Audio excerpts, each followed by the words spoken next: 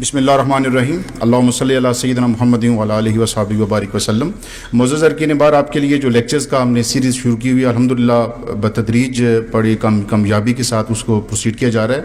Bar association के level पे हमने यूट्यूब चैनल और ट्विटर अकाउंट भी रखा हुआ है, चूँकि जिसमें हमारे 1000 के करीब जो मेंबर्स हैं बाकायदा उसको उन्होंने सब्सक्राइब भी किया हुआ है और उसको बाकायदा उससे इस्तेफादा भी कर रहे हैं। यहाँ पे चूँकि हाज़िरी, चूँकि टाइम ऐसा होता है, ये 11:30-12 का टाइम जो कि पीक टाइम होता है कोर्ट्स की हाज़िरी में, हमारे बहुत सारे साथी जो हैं वो कोर्ट्स में मसरूफ़ भी रहते हैं और अपने पेशा वराना मामलात के सिलसिले में। चूँकि इस वक्त इलेक्शन आमदा हैं, इस हवाले से मुख्तलिफ मीटिंग्स भी आज भी 2-3 जगहों पर हैं, टी पार्टीज़ भी हैं, कुछ हमारे साथी वहाँ पर भी हैं। लेकिन ये चूँकि हमने अपने मुअज़्ज़ज़ मेहमानाने गिरामी का जो वैल्यूएबल जो लेक्चर्स हैं, हमने उनको रिकॉर्डिंग उसकी रखी होती है और ये लाइव आगे चलता है। तो आप इससे जो साथी जो यहाँ पे मौजूद नहीं हैं वो उससे भी वो इस्तेफादा करेंगे। और ये हिस्ट्री में फ़र्स्ट टाइम ऐसा हुआ कि हमने बाकायदा ये चैनल इसको ट्वीट किया। अल्हम्दुलिल्लाह आज हमें बड़े फ़ख्र से बात हम ये कर रहे हैं कि हमारे अरकान बार में इस्लामाबाद बार के बहुत सी अहम वो आइकन्स हैं जो कि सिग्निफिकेंट, जो जिन्होंने इस पेशे में एक बहुत पीक वो हम उनको देख रहे हैं। उसमें एक बहुत बड़ा नाम मोहतरम मेरे बड़े भाई रिजवान अबाई साहब का है, एडवोकेट सुप्रीम कोर्ट हैं। हमारी पहचान, हमारे लिए ये साइन ऑफ इंस्पिरेशन रहे हैं। मैंने और रिजवान साहब ने तकरीबन 1-2 साल का ही डिफरेंस था, हमने वकालत जब शुरू की तो हमारे लिए ये शुरू से ही इंस्पिरेशन का मौजूद बने रहे। वकालत किस तरह, किस अंदाज से कि वकालत की प्रेजेंटेशन है और उसमें लीगल एथिक्स का भी ख्याल रखा जाना, तो ये बहुत सारी चीज़ें हम इनसे सीखते रहते हैं। इनकी चूँकि बहुत ही वैल्यूएबल इनकी टाइमिंग्स हैं, हमारी रिक्वेस्ट पे मैंने 2-3 दफ़ा अबाई साहब को रिक्वेस्ट की, चूँकि इनकी हम देखते रहते हैं कि जुडिशल मजिस्ट्रेट से लेकर सुप्रीम कोर्ट तक इनकी जो वकालत है, हम उनको कहते हैं उसमें से टाइम निकालना और बाद एसोसिएशन की दावत पे या तशरीफ़ लाए, हम इनको दिल की अथाह गहराइयों से खुशामदीद कहते हैं और इनका शुक्रिया अदा करते हैं कि उन्होंने टाइम निकाला। आज चूँकि लेक्चर है क्रिमिनल ट्रायल के हवाले से, criminal trial that is playing a very pivotal role in criminal practice, कि क्रिमिनल जस्टिस डिस्पेंसेशन सिस्टम में मुख्तलिफ उसकी स्टेजेस हैं। FIR से लेके मुकदमे की डिस्पोजल तक किन किन मराइल से हमें आगे जाना पड़ता है। आल्दो कि बड़ा ये कम्प्रिहेंसिव और ये लेंथी टॉपिक है, टाइम कम है, लेकिन भाई साहब इसको अपने इस अंदाज में आपको इंशाल्लाह करेंगे। सर आपका बहुत शुक्रिया आपकी आमद का, thank you very much.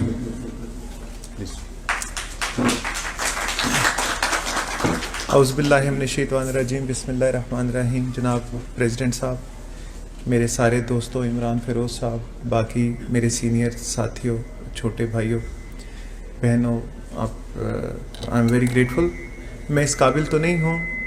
Law तो एक ऐसा समंदर है कि जिसमें आप कभी भी ये नहीं कह सकते कि आपको किसी भी फील्ड ऑफ लॉ में आपको एक्सपर्टीज़ हासिल है। हम सारी ज़िंदगी सीखते रहते हैं और यकीन मानिए कि हर दूसरे केस में हम, चाहे उस रिलेटेड प्रेपोजिशन हो, मैं अल्हम्दुलिल्लाह शुरू से ही मैं क्रिमिनल ट्रायल कर रहा हूँ, तो हर सेकंड केस में आपको लगता है जैसे ये जो सेक्शन ऑफ लॉ आप पढ़ रहे हैं ये आपने पहले नहीं पढ़ा हुआ।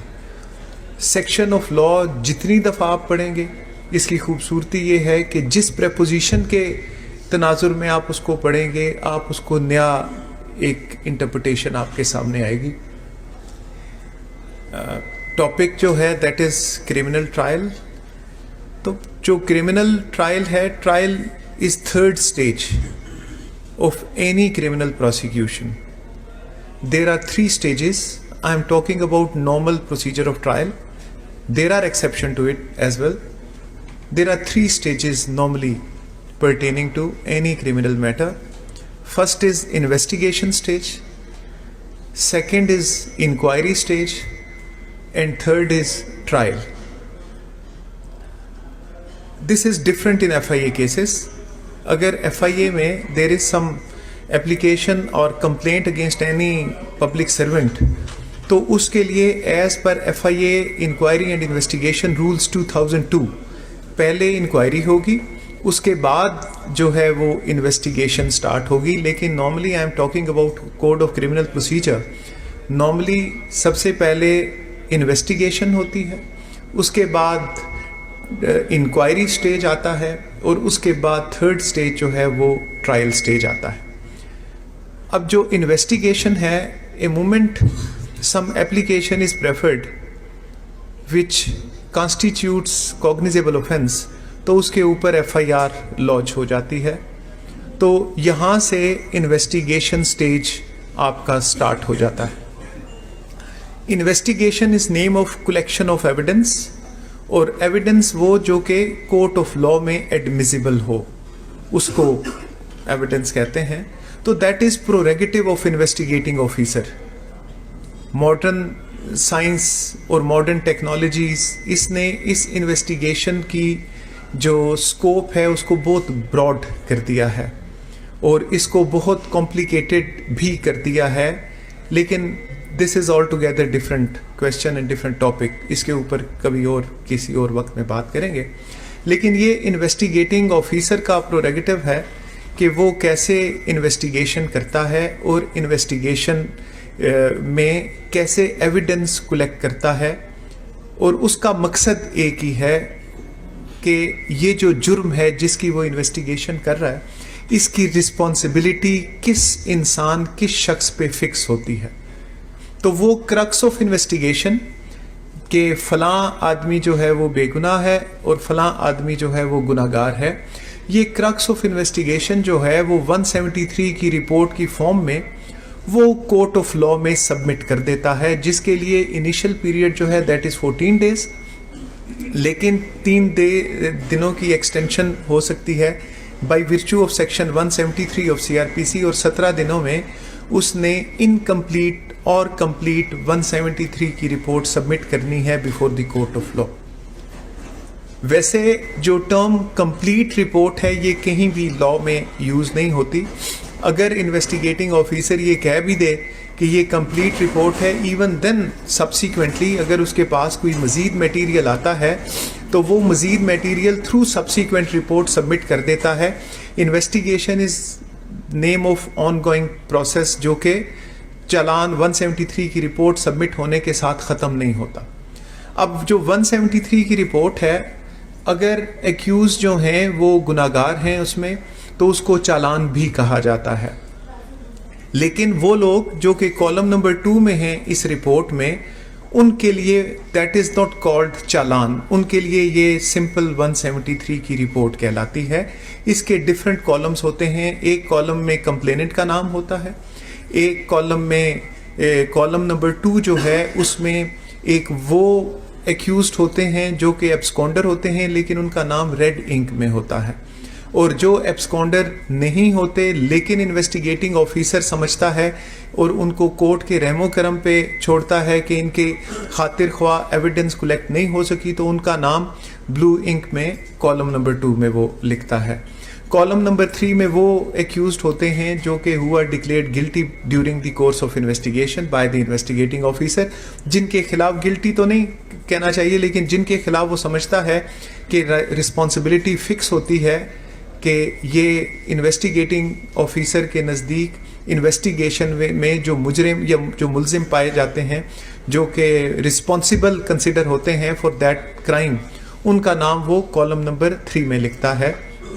जो बेल पे होते हैं साथ लिख देता है कि वो बेल पे हैं, जो बिहाइंड द बार होते हैं उनका भी लिख देता है। और इसी तरह एक कैलेंडर ऑफ विटनेसेस होती है उसमें कि वो तमाम विटनेसेस जिनको इन्वेस्टिगेटिंग ऑफिसर ज़रूरी समझता है कि they are necessary for the decision of this case, this trial, तो उनके नाम उनकी स्टेटमेंट्स के साथ जो है नाम लिखे जाते हैं कैलेंडर में, और स्टेटमेंट सेपरेटली अपेंड होती हैं along with report under section 173 of CRPC, and whenever this report is submitted before the court of law, तो then process or stage of inquiry starts। अब उस इंक्वायरी स्टेज में जो मैं समझता हूँ वो 2 चीज़ें कोर्ट ने देखनी होती हैं। नंबर 1 ये, अगर वो सेशन ट्रायबल है केस, तो मजिस्ट्रेट साहब ये देखते हैं कि क्या ये केस जो है whether it is tribal by the court of sessions, तो ये भी इंक्वायरी स्टेज का हिस्सा होता है अंडर सेक्शन 190 और 193 ऑफ CRPC। फिर अगर मजिस्ट्रेट साहब ने खुद ट्रायल करना है, it is not to be sent up to the court of sessions, तो उनका ये देखना कि कौन कौन से एक्यूज को मैं समन करूं to face the trial, that is part of inquiry stage. यानी जिन जिन की हद तक प्रोसेस इशू करना है within the meaning of section 204 of CRPC, that is part of inquiry stage. अगर ये केस है triable by the court of session, तो मैजिस्ट्रेट साहब जो हैं वो under section 190 sub section 3 read with section 193 of CRPC sent up कर देते हैं केस को to the court of sessions, और सेशन जज साहब देखते हैं कि इसमें किस किस को मैंने समन करना है टू फेस द ट्रायल। यहाँ पे ये भी एक देयर आर मैनी जजमेंट्स के it is the duty of the magistrate कि जितने भी एक्यूज्ड हैं जो कि कॉलम नंबर 3 में हैं उनकी अटेंडेंस को प्रोक्योर करें, और उनकी अटेंडेंस को प्रोक्योर करने के बाद जो है वो अगर कोई नहीं आता तो उसकी हद तक जो है वो उनको प्रोसीडिंग्स 87 की इनिशिएट करके कंप्लीट फाइल जो है that is to be sent up to the court of sessions. तो ये भी मैजिस्ट्रेट साहब ने करना होता है। तो अब जब सेशन कोर्ट में केस आ जाता है, मैटर सेंट अप हो जाता है, क्योंकि directly session court can not take cognizance of any offence, और ये जनरल लॉ है।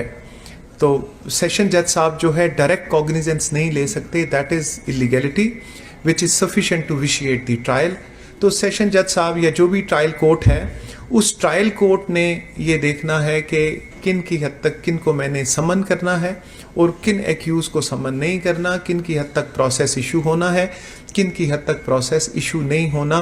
तो ये यहाँ तक इंक्वायरी स्टेज जो है और ये हो जाती है। और ट्रायल जो है ये रेकन होता है from the stage of framing of charge.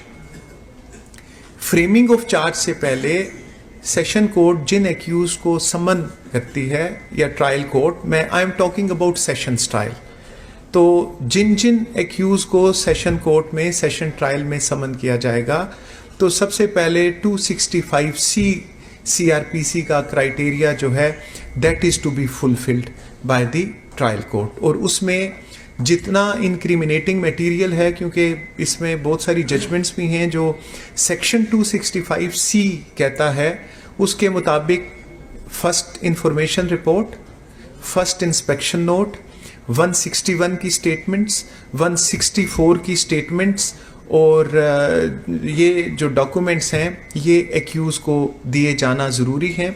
और जो 265C के क्राइटेरिया के बाद whenever it is fulfilled, अब जो जजमेंट्स हैं वो कहते हैं कि एक्यूज को जितना भी incriminating material which can be used against the accused during the trial और on the basis of which charge is to be framed against the accused, वो एक्यूज को प्रोवाइड करना ज़रूरी है।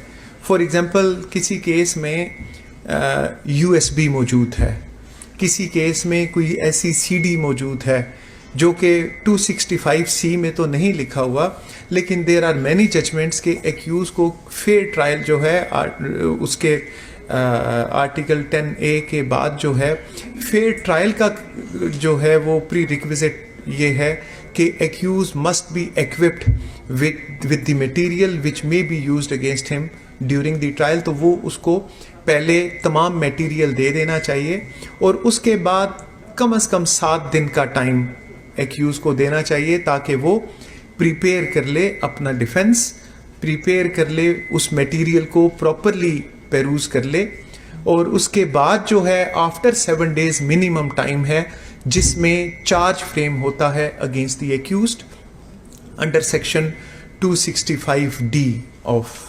CRPC। अब उस चार्ज में 2-3 चीज़ें हैं।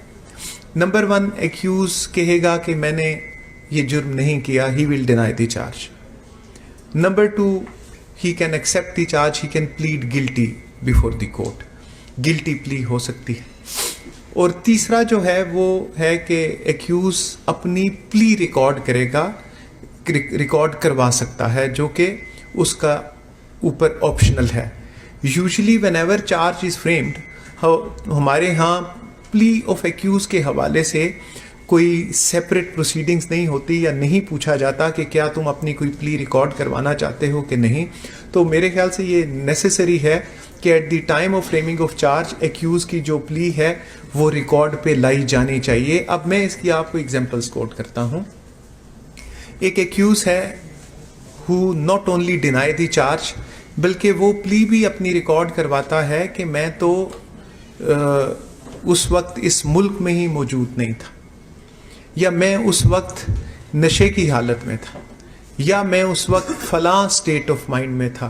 तो ये उस एक्यूज की एडिशनल प्ली होगी which will be the part of record. इसी तरह अगर एक्यूज गिल्टी प्लीड करता है लेकिन साथ वो कहता है कि मैंने तो right of self defence exercise किया है, तो ये एक्यूज की वो प्ली है which is to be brought on record.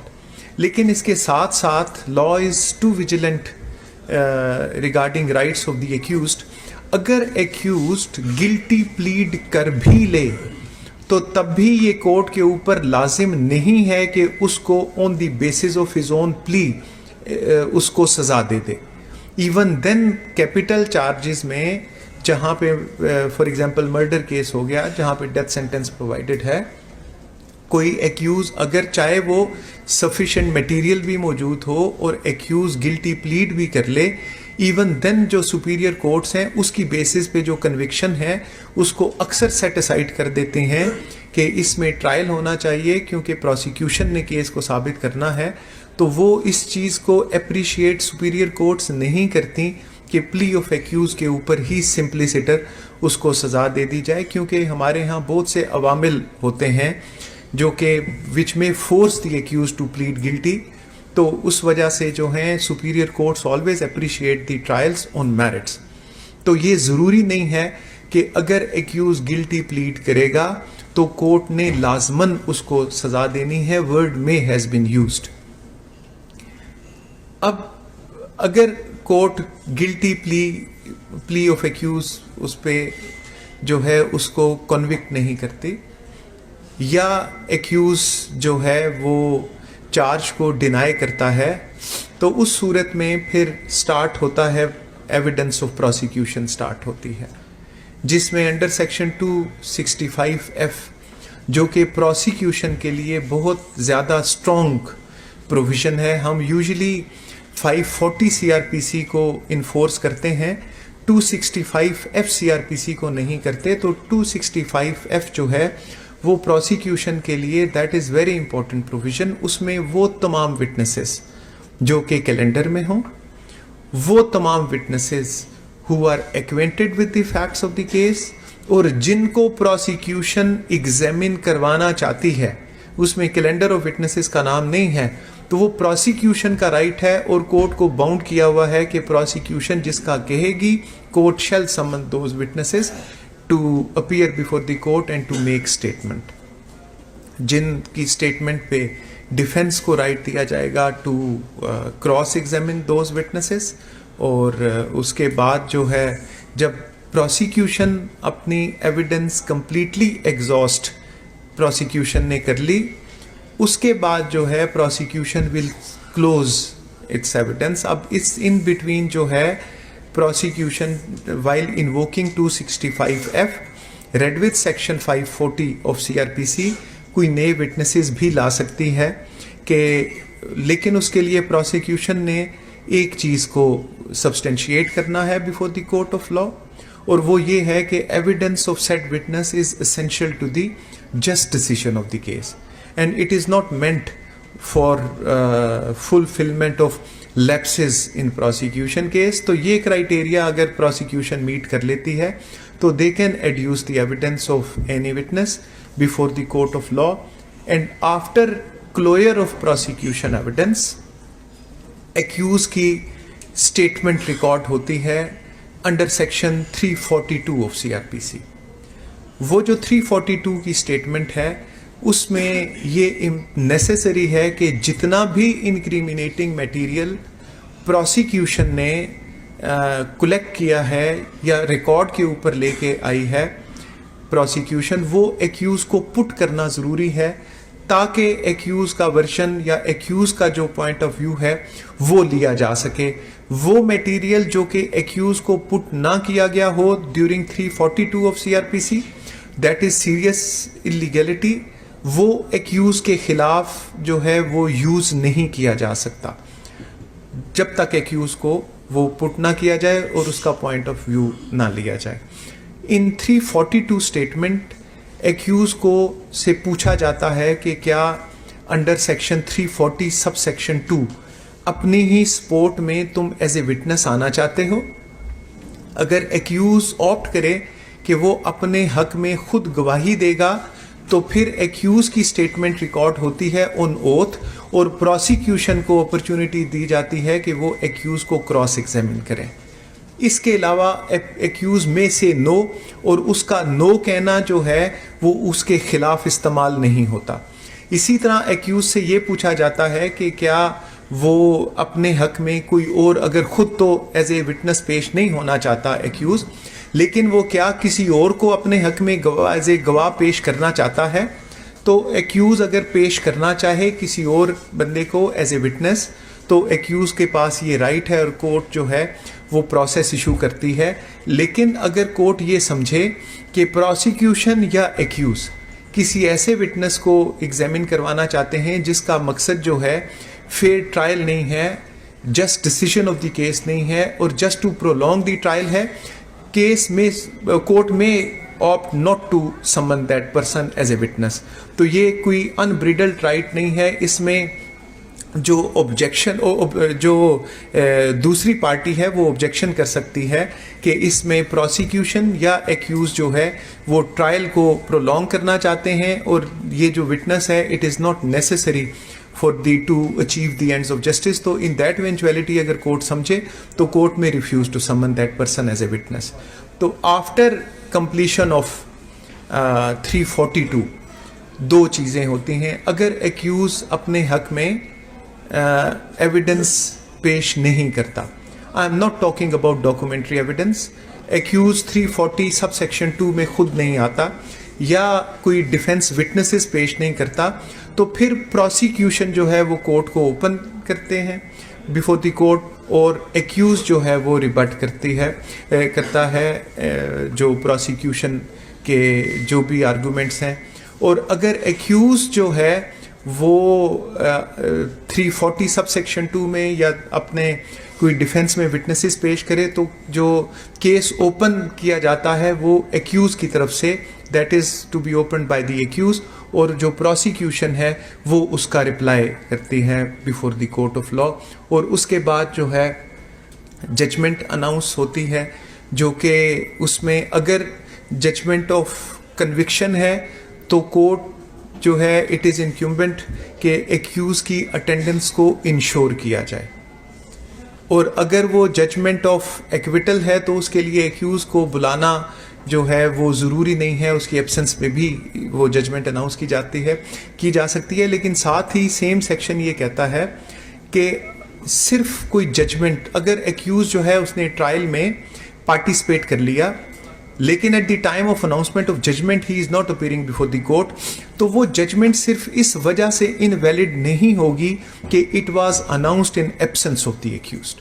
वो जजमेंट लेजिटिमेट होगी, वो जजमेंट वैलिड होगी because it is the option of the accused who is not appearing before the court और who did not turn up before the court. Court ने तो process issue करना है, तो वो सिर्फ एब्सेंस ऑफ द एक्यूज की वजह से वो जजमेंट जो है वो इनवैलिड नहीं होगी, वो वैलिड जजमेंट होगी।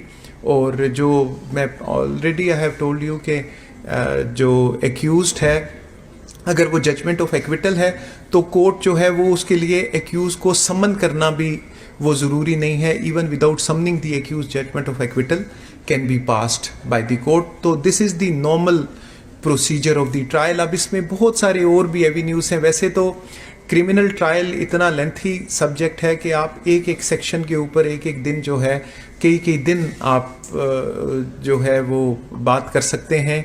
265C के ऊपर कई दिन बात हो सकती है, फ्रेमिंग ऑफ चार्ज के ऊपर कई दिन बात हो सकती है कि ये फ्रेमिंग ऑफ चार्ज है क्या, एविडेंस का तरीका क्या होता है, कैसे रिकॉर्ड होती है, उसके ऊपर कानून शहादत ऑर्डर जो है 1984 वो बहुत टेक्निकल बहुत इंपॉर्टेंट सब्जेक्ट है even for both trials.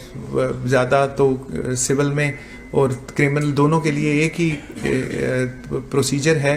Admissible जो चीज़ें हैं वो भी बताई गई हैं, किस तरीके से एविडेंस होती है, वो सारा जो है वो admissibility of evidence that is the subject of कानून शहादत ऑर्डर एज वेल. अगर आपका कोई क्वेश्चन है about criminal trial, you are free to ask.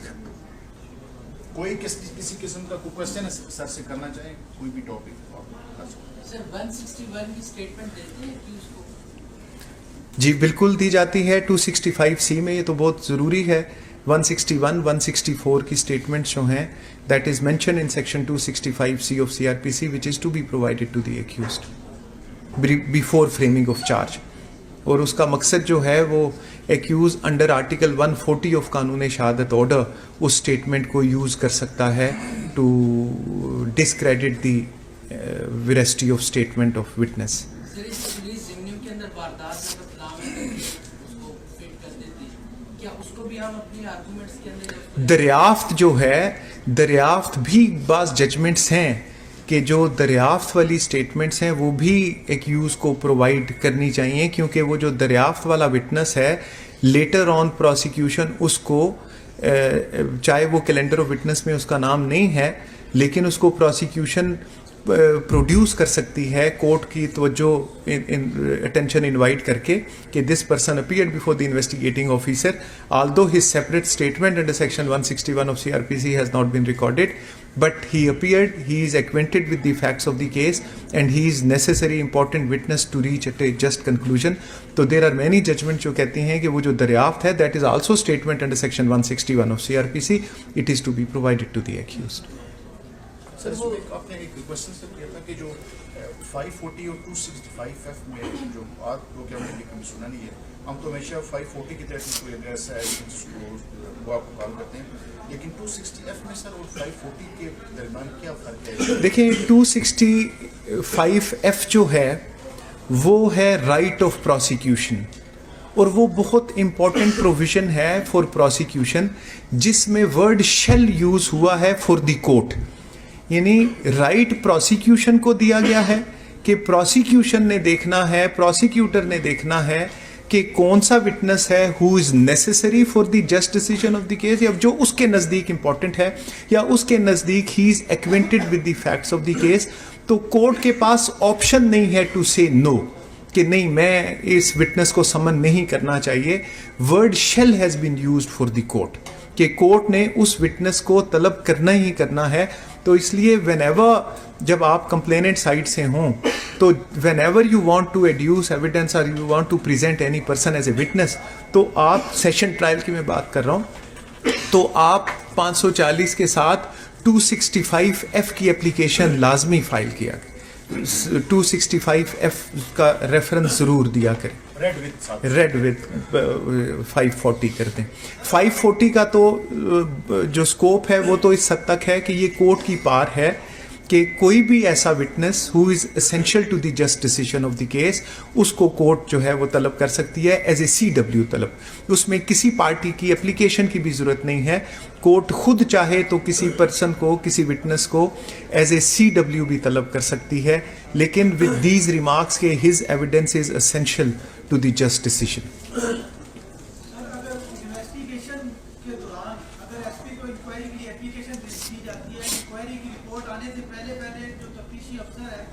Challan court में सबमिट कर देते हैं और वो इंक्वायरी कोर्ट में बाद में आती है, उसमें कहा जाता है कि ये पार्शियल इन्वेस्टिगेशन थी और ये एंगल्स के ऊपर जो है ना इन्वेस्टिगेशन होनी चाहिए थी, ये आईओ ने नहीं की. लेकिन आईओ चालान जमा करवा चुका होता है और चार्ज फ्रेम हो चुका है. इस स्टेज के ऊपर एप्लीकेशन दी जा सकती है री इन्वेस्टिगेशन? जी एनी स्टेज, किसी स्टेज के ऊपर भी ये एप्लीकेशन दी जा सकती है, लेकिन ये जो वर्ड इंक्वायरी है कि SP ने इंक्वायरी करनी है, ये वर्ड सही नहीं है. वो जो SP करेगा वो भी इन्वेस्टिगेशन ही होगी, तो उसने इन्वेस्टिगेशन ही करनी है. और इन्वेस्टिगेशन के बाद जो क्रक्स ऑफ इन्वेस्टिगेशन है वो समझें तो वो एक 173 की रिपोर्ट की सूरत में ही वो कोर्ट में जो है वो दोबारा वो यानी नया चालान या 173 की रिपोर्ट सबमिट की जा सकती है अगर कोई नया मटेरियल आता है तो.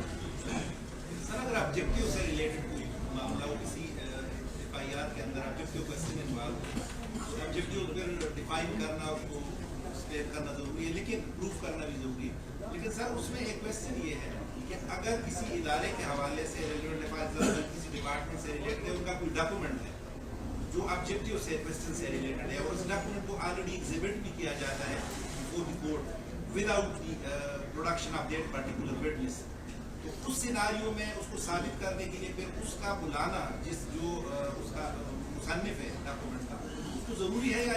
देखिए, दो चीज़ें हैं। बाज़ डॉक्यूमेंट्स ऐसे हैं जिसके लिए अगर कोई रिपोर्ट है तो उसका ऑथर का होना ज़रूरी है, लेकिन अगर कोई परसी एडमिसिबल डॉक्यूमेंट है या अदरवाइज़ कोई रिकॉर्ड है किसी इदारे का, तो आप थ्रू रिकॉर्ड कीपर भी उसको कोर्ट की जो है वो ट्रायल का हिस्सा बना सकते हैं।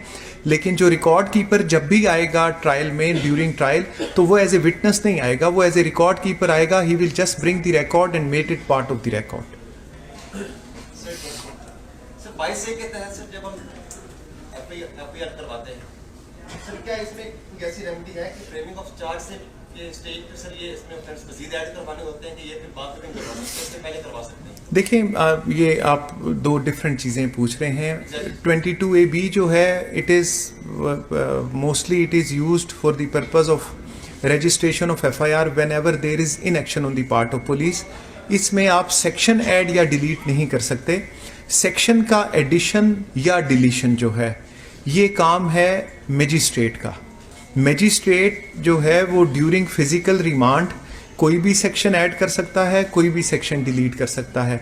इसी तरह ट्रायल कोर्ट जो भी हो, eight the time of framing of charge, जो भी सेक्शन ऑफ लॉ जो वो समझती है कि ये जुर्म हुआ है, वो चार्ज फ्रेम ट्रायल कोर्ट कर सकती है और कोई भी सेक्शन ऑफ लॉ जो है वो ड्रॉप किया जा सकता है। सर एक मेरा क्वेश्चन है, जैसे कि आपने कहा कि 162 की स्टेटमेंट्स देते हैं अंडर सेक्शन 265C, सर ये कंप्लीशन ऑफ इन्वेस्टिगेशन होता है ना, ड्यूरिंग इन्वेस्टिगेशन, तो वो नहीं प्रोवाइड करते 161 की स्टेटमेंट्स? नहीं, ये जब ट्रायल के स्टार्ट होने से पहले, जब कोर्ट कॉग्निजेंस लेती है, फ्रेमिंग ऑफ चार्ज से पहले 265C का प्रोसेस होता है before the court of sessions, जो कि जिसका पर्पस ये है कि एक्यूज को एक्विप किया जाए with the material before framing of charge, ताकि एक्यूज कोई भी प्ली जो है वो ले सके। अब मेरा आप सब लोगों से, इमरान फिरोज साहब और बाकी सारे साथियों से मेरा एक क्वेश्चन है कि आप सेक्शन 340 CRPC को ज़रा पढ़ें और उसके मुतल्लिक आप मुझे, मैं आपके सामने पढ़ देता हूं और आप ज़रा मुझे, कोई भी आप में से साथी कोई इसके मुतल्लिक बताना चाहे, क्योंकि this section is never invoked although that is the part of Code of Criminal Procedure 340 CRPC.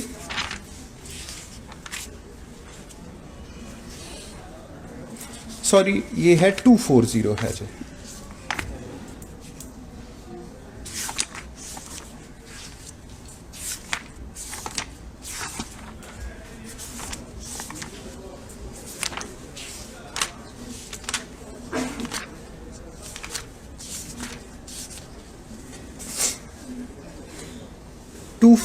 है withdrawal of remaining charges on conviction on one of several charges when a charge containing more heads than one is framed against the same person, and when a conviction has been had on one or more of them, the complainant or the officer conducting the prosecution may, with the consent of the court, withdraw the remaining charge or charges, or the court of its own accord may stay the inquiry into or trial of such charge or charges.